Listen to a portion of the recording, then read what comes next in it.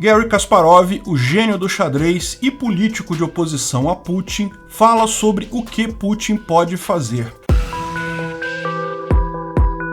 Esse é o Visão Libertária, sua fonte de informações descentralizadas e distribuídas. A contraofensiva ucraniana continua reclamando territórios previamente invadidos pelos russos, em um ritmo um pouco menor, é verdade, devido à decisão estratégica de consolidar os territórios reconquistados e estabelecer linhas de suprimento para as tropas. De fato, essa é a linha de ação óbvia neste momento. Se sobreestender uma ofensiva pode acabar gerando problemas mais sérios mais adiante. De qualquer forma, como explicamos no vídeo, contraofensiva ucraniana na região de Kharkiv libera mais de 50 cidades dos invasores russos. A ação até aqui já mostrou um resultado impressionante, mas o resultado mais importante não foi medido em quilômetros quadrados reconquistados ou em cidades liberadas. Foi medido no impacto psicológico nas tropas russas que estão na Ucrânia e na própria estrutura de poder político na Rússia. Até aqui, a Rússia vinha demonstrando já uma fraqueza totalmente incompatível com a sua suposta capacidade militar,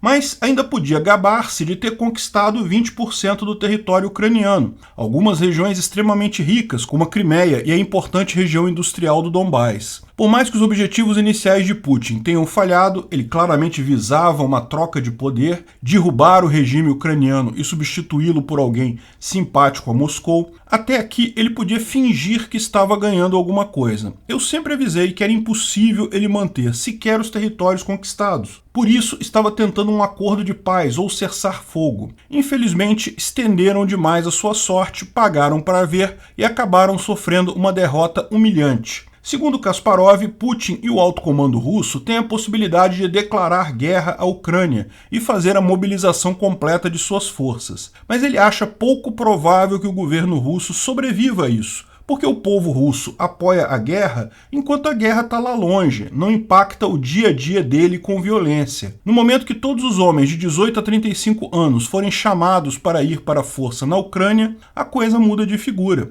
Pior, Putin criou uma armadilha para si mesmo. Com as derrotas impossíveis de serem ocultadas agora, o medo de ir para a guerra já existe na população russa. Muitos russos perderam a vida já nessa guerra e isso ficou claro para muita gente na Rússia. Se houvesse a declaração de guerra logo no início, a história poderia ter sido diferente. Existe um outro ponto. Os russos adoram dizer que estão lutando contra a OTAN, mas eles sabem que não estão de fato, estão lutando contra a Ucrânia. O que eles mais temem é uma guerra contra a OTAN. E muitos desconfiam que uma declaração de guerra contra a Ucrânia justificaria a entrada da OTAN como aliada da Ucrânia e assim a pura e simples tomada do território russo pelo Ocidente. A Europa, é fato, cometeu o erro de se tornar dependente energeticamente da Rússia. Mas é um erro que pode ser corrigido em 2 semanas se eles destruírem Putin em nome dos crimes contra a humanidade na Ucrânia e dividirem o território russo entre Inglaterra, Estados Unidos, França e Alemanha. Problema resolvido. Na visão de muitos russos, enquanto for uma operação especial,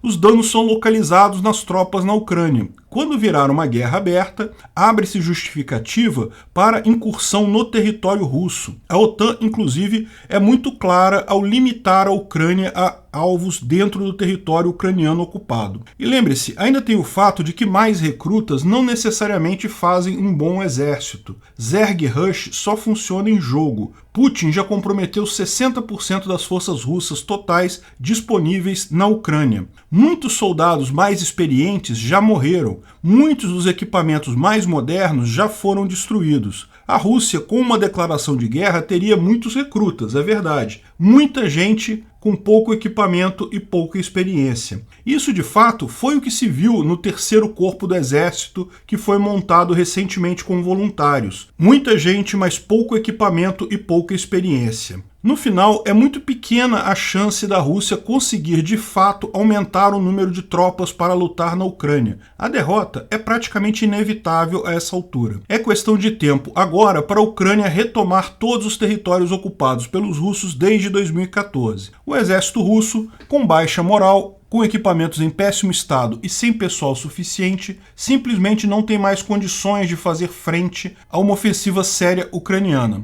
Os ucranianos nem precisam ter pressa, podem retomar o território em seu tempo ótimo. Putin deveria ter adotado a estratégia que eu sugeri a ele no vídeo Rússia precisa entregar a Crimeia e Donbás rápido para não perder muito mais do que isso. Falei sobre isso no final de março desse ano. Nesse vídeo, eu falei que a economia russa estava sendo destruída pelas sanções e que a Rússia sabia que havia perdido a guerra já então com a retirada de Kiev. A melhor estratégia seria sair da Ucrânia e devolver todos os territórios, almejando por uma negociação generosa para pagar os prejuízos causados ao longo do tempo. É o máximo que a Rússia poderia esperar dessa guerra desde aquele momento. Mas Putin sabe que tal rendição iria deixá-lo numa posição desconfortável. Ele planejava sair com alguma coisa, provavelmente negociada com a OTAN, mas pagaram para ver o seu blefe e as cartas dele não eram tão fortes assim no final das contas. Agora, além da tragédia econômica das sanções, da tragédia econômica do pagamento de reparações à Ucrânia, a Europa já congelou 2,4 trilhões de rublos para garantir isso,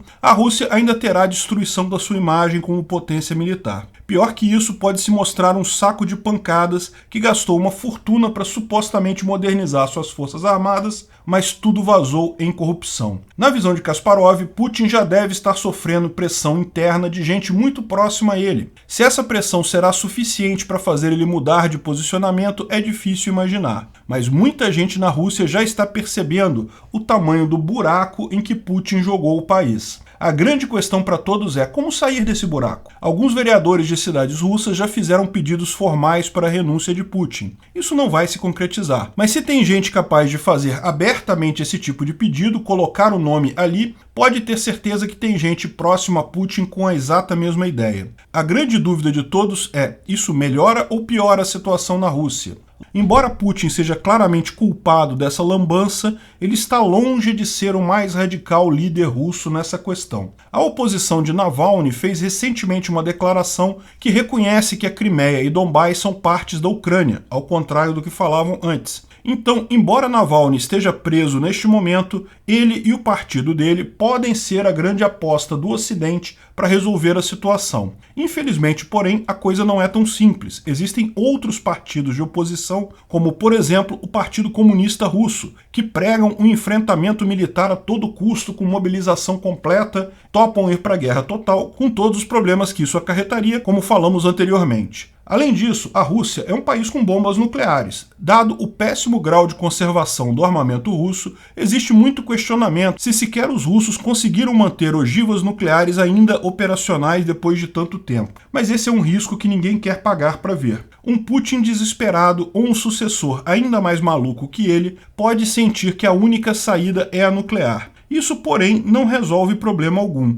Primeiro porque, ao contrário do que muita gente imagina, uma bomba nuclear não é um fim certo de uma guerra. O Japão desistiu no final da Segunda Grande Guerra, não porque foi atingido por bombas nucleares, mas porque já havia de fato perdido a guerra. As bombas atômicas de Hiroshima e Nagasaki apenas fecharam um assunto que já estava encerrado. A Ucrânia, por outro lado, está vencendo a guerra. Uma bomba nuclear certamente terá um impacto enorme nos civis, mas não vai mudar muita coisa entre os militares. Pode até motivá-los muito mais. De fato, uma bomba atômica tem pouco uso estratégico em uma guerra. A principal função dela é a intimidação para evitar a guerra. Uma vez iniciada a guerra, bombas atômicas servem para muito pouco. Novamente, Kasparov acha que não chegariam a usar bombas nucleares, porque isso daria a mesma exata justificativa para a OTAN entrar como aliada da Ucrânia, e daí o Putin sabe que a Rússia perde. Destruição completa do mundo é pouco provável, mas destruição completa da Rússia, particularmente de Moscou, é uma possibilidade real. No final, segundo Kasparov, o fato é que os generais russos já sabem da tragédia militar. Não há soluções boas. A dúvida é se Putin, ele próprio, já se conscientizou das escolhas que tem. Quanto tempo o círculo em torno do Putin vai tolerar essa situação que é insustentável? Não existem boas saídas para Putin neste momento. Obrigado por sua audiência. Esse vídeo foi um oferecimento de armataweb.com, cloud e serviços de data center. 100% de compromisso com a satisfação e privacidade dos clientes. aceitamos Bitcoin. Veja o link na descrição do vídeo. Se você gostou desse vídeo, clique no like e compartilhe ele em suas redes sociais. Se inscreva no canal para nos ajudar, clicando no botão vermelho abaixo. Se quiser ser avisado de novos vídeos, clique no sininho ao lado. Se você quiser comprar camisas e outros itens do Visão Libertária, veja nossos itens no site Pimenta no Café, pimentanocafé.com.br/Visão Libertária, tudo junto sem acento, ou clique no link da descrição. Até a próxima!